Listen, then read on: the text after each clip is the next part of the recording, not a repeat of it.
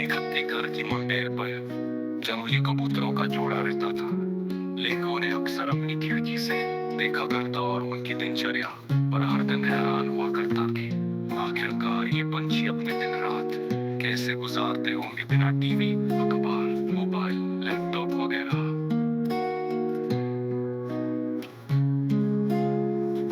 बिना नौकरी, रिश्तेदार या मेहमानों के उनका समय कैसे व्यतीत होता होगा।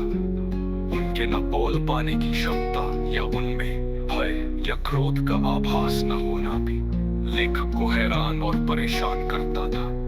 आखिरकार लेखक के मन की जिज्ञासा इतनी बढ़ गई कि पक्षियों का जोड़ा उसके स्वप्न में आ गया और कहने लगा, तुम्हारे मन में जो भी सवाल है पूछो और हमारा पीछा छोड़ो।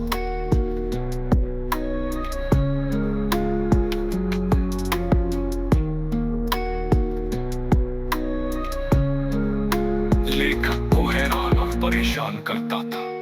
आखिरकार लेखक के मन की जिज्ञासा इतनी बढ़ गई कि पक्षियों का जोड़ा उसके स्वप्न में आ गया और कहने लगा, तुम्हारे मन में जो भी सवाल है पूछो और हमारा पीछा छोड़ो।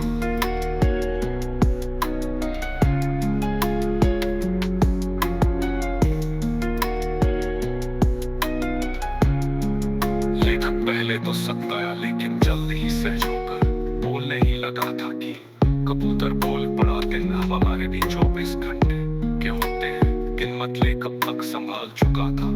उसने इंसानी अभिमान के साथ पक्षियों से कहा, मेरे पास समय बिताने और शान से जीने के इतने साधन है कि पूरा दिन कब निकल जाता है पता ही नहीं चलता। आखिर तुम्हारा समय कैसे कटता है बिना साधनों के।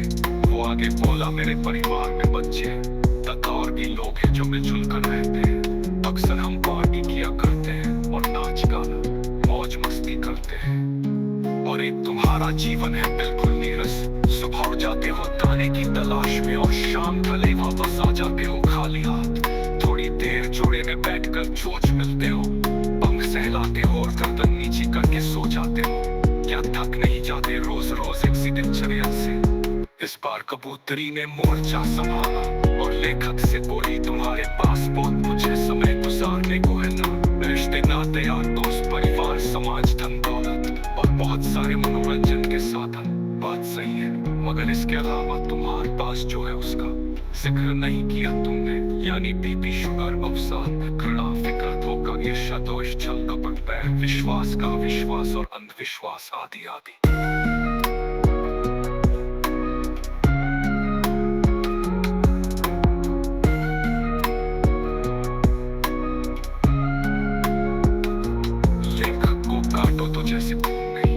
चुपचाप देखता रहा दोनों पंछियों की तरफ। चलते चलते जोड़े ने लेखक की तरफ देखा और कहा, कभी देखा है किसी पक्षी को जिसकी मौत दिल का दौरा पड़ने से या चिंता में हुई हो। अगले दिन और उसके बाद भी लेखक देखता रहा, मगर खिड़की में वो जंगली कबूतरों का जोड़ा